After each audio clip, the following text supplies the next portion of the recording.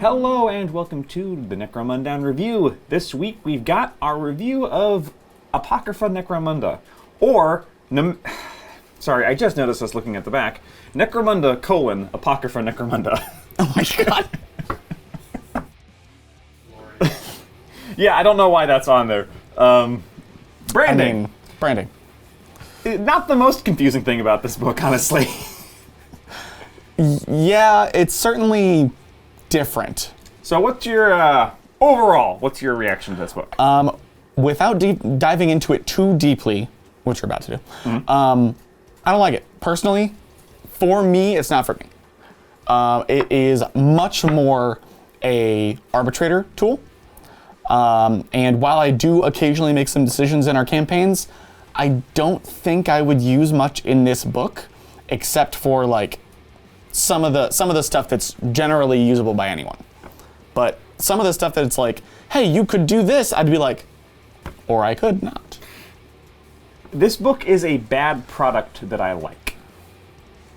I like this book because I love that kind of book. Mm-hmm. You compared it to a DM guide, the Dungeon Master's Guide from D&D 5e. Mm-hmm. I think that is a very apt description. Yeah. 50% of this book is lore or fluff or ideas, but it's, for the first time in Necromunda, applied fluff. Right. If that makes any sense. That does. The stuff that is actual rules is all reprints. Yep. All of it. With a couple very small exceptions. Very small changes. But the fluff they have added, the lore guides for creating both nemesis and settings, I really like. Okay. Both from just, I like it because it's cool, and I like that they're finally doing that. Sure. That is something that we've never really bothered with in our campaigns. Of like the story behind it? Yeah. Where was the Ash Waste campaign we did set in the Ash Waste? And that's not really a complaint with me, because we had lots of fun doing it, and we haven't been doing this too long.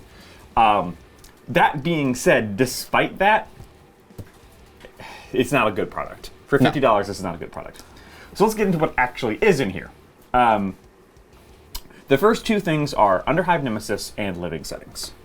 Those are both purely Arbitrator tools, purely Arbitrator guides. They're very, like again, the Dungeon Master's Guide, if you're familiar with that from 5e D&D, they're very like that. Mm-hmm. The Underhive Nemesis is basically coming up with a big bad for your campaign, who is Arbitrator controlled, is a guy pulling things behind the strings. Mm-hmm. It's basically saying, hey, your gangs are fighting each other, but here's the guy that you really should be scared of, or the guy that, you know, you really is causing all of your problems. Mm-hmm. Which I like. It does have rules for it as well. Yeah. Like, it provides numbers and guidelines. Like all the numbers in Necromunda, they're made up poorly balanced and they don't really matter. Correct. Which kind of, I don't get why they did that. The only reason you put in Necromunda numbers is when you're trying to get two people to make sure that they're playing by the same rules. Mm-hmm. This is all Arbitrator BS anyway. Yeah. So, then again, I guess having the numbers there is nice. Mm-hmm. It's very similar to a Dungeon Master, where it's like, if you want, you can just ignore these rules and do something else. Yep. But, yeah. It is a fun idea, one I'd like to look into for our next campaign. Mm-hmm. The idea of, you know, having a nemesis that maybe shows up to ruin things, shows up as a third party in a 2v2 scenario. One thing that the Nemesis system is very, very much based on, can I say Nemesis system, or am I going to get sued by the game company, Lord of the Rings Shadow of Mordor? Yeah, maybe. Probably not. I guess I can't say Nemesis system. The Underhive Nemesis is very built upon the idea of an arbitrator who is not playing in the campaign. Right. There's 8 or so players, and then someone sits out as the arbitrator. Right. Which is not how we do it. No. And I know that's not how other people do it, because honestly, it's just like, it's hard enough to find people for Necromunda. Yeah. Yeah, so Underhive Nemesis is very based on the idea of like Arbitrator as GM. Mm-hmm. Somebody who steps in with the understanding that they're going to make things harder or easier for the players. It would be difficult for me to want to be like standing there arbitrating and just watching other people play the game. Well, and I think that's maybe one thing that the Underhive Nemesis does. Yeah, that changes that so that they could play the game. Because it not only adds rules and guidelines for creating a big bad, but also his minions and his goals. It's very character creation table. Like, what are his goals? What is his resources? What is he out to do? What is his armor? This, and this. Which I like. It's kind of completely useless to most people. Yep. If you're not an arbitrator and not interested in that, you have no use for that section of the book. Agreed. And speaking of having no use for a section of the book unless you're an arbitrator, living settings. Living settings is even more fluff-based. Strangely enough, this is one of the parts that I actually like about this book. This is my favorite part of the book. I had a feeling. We were talking about it last night. Yeah, you can tell. You can see the stars in my eyes as I was reading these settings. So at the beginning of the living setting section, it's like, okay, so you're making a setting. What kind of wealth does your setting have? Are you in the slums? Are you a little richer? What's your market like? And all of that stuff. Like, on Necromunda, where is this taking place, and why is everything like that? So, for example, the one that is the default setting is right in between the line between the underhive and the upper hive. So it's basically saying, hey, trade here is very, very wealthy. So trading post rolls have -1 to their rarity. But the enforcers are real close, so illegal items have +2 to their illegality. They're harder to get illegal items. The wealth rating is average, which impacts how much money you get from your if you do the settlement stuff. Things like that. It's loose rules and a lot of fluff, but the loose rules are pretty cool. They also say, like, how's the enforcer presence? How's the mutant presence? One of them is just literally like where all the psychers go to hide. Roaming monsters. Yeah. That kind of thing. So that part, the example settings, I really enjoy. Because it, rather than, and I'm not a huge creative, I've never, let me retake that. I am not a huge creative, I've never DM'd, and debatable if I'm going to decide to. But it giving me rules and going like, oh, that makes sense. This is, the enforcers are there, so the rarity, the illegality is higher. It's a richer district, so the rarity is lower. Like, that I like. Here's the general rule, make it up yourself, is not my bag, but I could see it being somebody else's. So I like that part of the living system. And that's something that I'm sure some of you arbitrators out there have already been doing. Yeah. Like, a lot of people already make their own settings. Yeah. This is just a guideline for it. Codifies some guidelines. This is a lot like I'm gonna retake that. Like a lot of the D&D supplement books, they are more useful to you if you are newer or less experienced in making your own stuff up. That's true. If you're, Matt Colville or whatever, and you can just write your own setting out of your hat, then you don't need any of this stuff, right? Like, you know how to do that. If you're me, and you're not necessarily comfortable or good at that, the living setting of the giant ship graveyard that has a plant-based zombie apocalypse once a year, that's really fun. That's real cool. I love that kind of thing. I want to kit bash brain leaf zombies now. Yeah. I don't know how I'm going to do that. Probably going to go look at some zombies from Age of Sigmar, some Sylvaneth. No, I was going to say... Dryads. Well, yeah. I was going to say zombies and then the little GW thing that it's like the vines, the creeping vines in the bracken. Just like coming out of their clothes or whatever. Sweet. See? Like, this creates creativity, right? Again, if you're a player, completely useless to you. Useless entirely unless you're running a campaign. Or you just like reading the fluff, which does apply to me, too. That's true. But if you don't really care about reading the fluff and you're not going to ever create your own setting, then this is useless to you. And as far as new things in the book, that's it. That's where that ends. Yep. Everything else in the book is a reprint. We'll talk about them. But just to let you know, as far as things that are only available here, with some slight tweaking to the Uprising campaign aside, and some slight number changes on some of the rules. The brutes, I did look, some of them are slightly tweaked from their previous iterations, like 5 or 6 credits up or down or whatever. And I guess the clan house vehicle rules. Yeah, but that's like 2 pages and it's... Well, let's start with that. Yeah, okay. So, the clan house vehicle rules. Number 1, the Deloc crew is... in this book. Yep. That was already a free publication. Yep. The thing that was not a free publication that's in this book is basically house lists for vehicles. Yeah. So if you're a Vansar vehicle, you can take a las cannon. Normally, a vehicle couldn't take a las cannon. I guess you can get it from the trading post, but you don't have to go to the trading post to get it. So that means that a Vansar vehicle can start with a multi-melta. or a las cannon. So I'm gonna take a ridge hauler. A ridge hauler? 2 ridge haulers. There we go. And I'm gonna put a las cannon and a multi-melta on both of them. And I mean, that's 180 of your starting credits. If you're playing Ash Waste, that's a great idea. If you're playing anything else, it's probably a terrible idea. That stuff aside, check out our Ridge Hauler review video about why we hate that thing. Yep. It is cool, like, to have some house flavor. They have put less rules for free online. Yes. Oh yeah. The fact that's the only new rules in here, really. Yep. Because the Deloc stuff and the Deloc vehicle tactics were all online for free. Yep.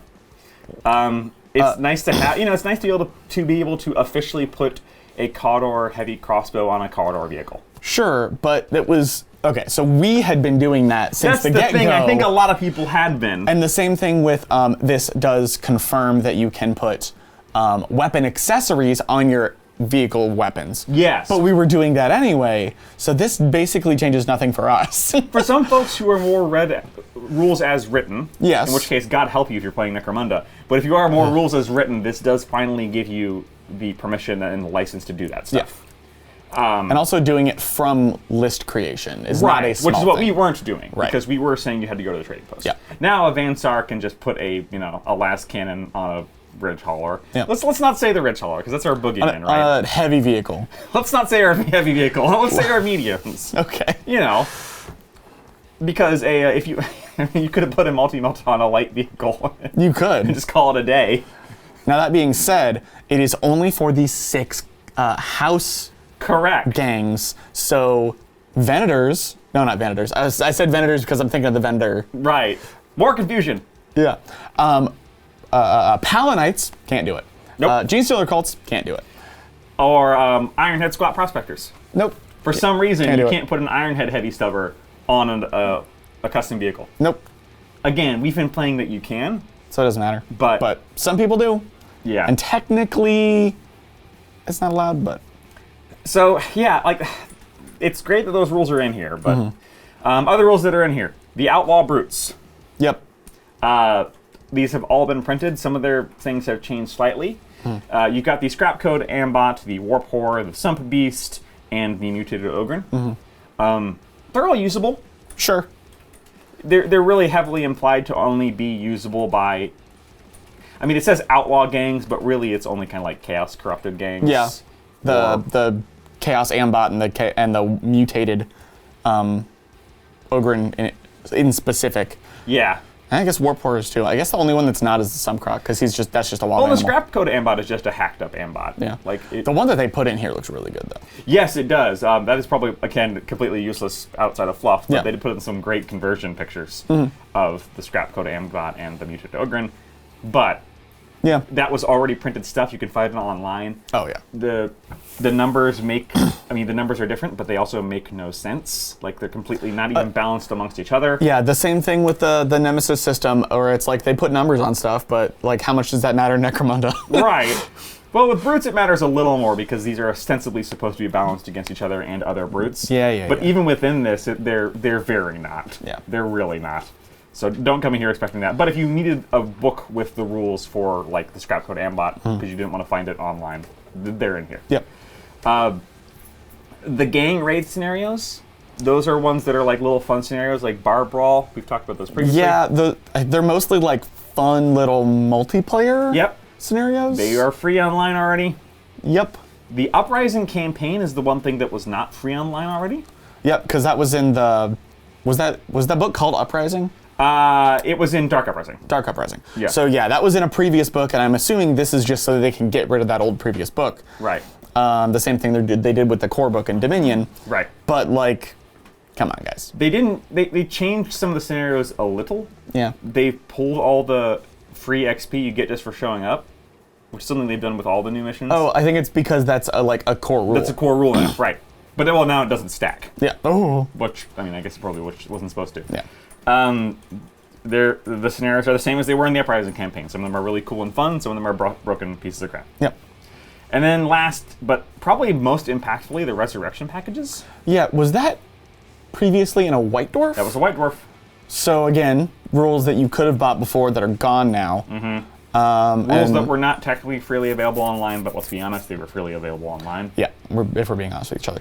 And what that is basically when one of your champions or your leader dies, you can resurrect them using one of these things. You get a flavor reason that's like you replace their arm with something. They're a zombie. They're a brain leaf zombie now. They're a brain leaf zombie. They get some benefit and then some negative, and then some way that they can leave the party. Yeah. Where it's like if they take another hit, they get a check mark, and after 3 check marks, they leave. Yeah, there's stuff like they become a brain leaf zombie, and you have to roll a willpower check or something like that, and if they fail that, they just become a zombie and wander off. The one that I did in the last campaign, because this happens to me all the time, all my stuff dies, was at the end of every game, you have to sacrifice a ganger to them, or they go crazy and leave the party. And I'm like, but I like you, so I'm gonna buy a ganger just to kill him. Yeah, that's not dark at all. I mean, it fit with that gang you had. So that's true. I did. So yeah, I like the resurrection packages, but really, guys? Again, completely useless if you're not an arbitrator. Yeah. Some people treat the resurrection packages like something that any player can pick up. That's not supposed to be the case. No, It is not supposed to be like going to the trading post. You can't like, oh, I lost my champion, I'm going to get that resurrection package. That's something we got to check in our gangs, because that happened like a couple campaigns in a row where it's like, people were like, oh yeah, I lost champion, but I picked this resurrection package. It's like, that's an arbitrator tool. Yeah. And that's an arbitrator tool for a reason. Yeah. It's really, really good. And there has to be a consequence for death. Right. And yeah, it's supposed to be story-based. Yeah. Again, great story, useless to players. Yeah. The only thing in here that's actually useful for players is the vehicle rules. Yeah. And the Outlaw brutes, I guess? And the Outlaw brutes. But those are online for free already. Right. I hate to be a downer on this, because I really love the living settings. But for a $50 hardcover book with just a bunch of reprinted rules. Yeah. Again, I like the product, but it's not a good product. I pre-ordered this and then found out what it was, and I canceled my pre-order. Not gonna lie.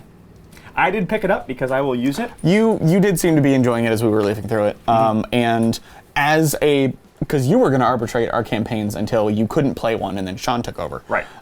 So it definitely could be useful for you and our future campaigns, but it's not for everybody. So yeah, this is very akin to a Dungeons and Dragons Dungeon Master's Guide. Pick this up if you are an arbitrator who's interested in the contents. Otherwise, give it a pass. Yep. And that's an official thumb sideways from me. Yeah. Oh. NYEH question mark? Yeah, I guess. All right. Well, that's it from us. We'll let you know if we do end up using this and how well it goes. Stay tuned for our next video, which is compliments to the Ridge Holler video we did. Yeah. We talked about why we hate it. Now let's talk about how we kill it. Until then. Bye.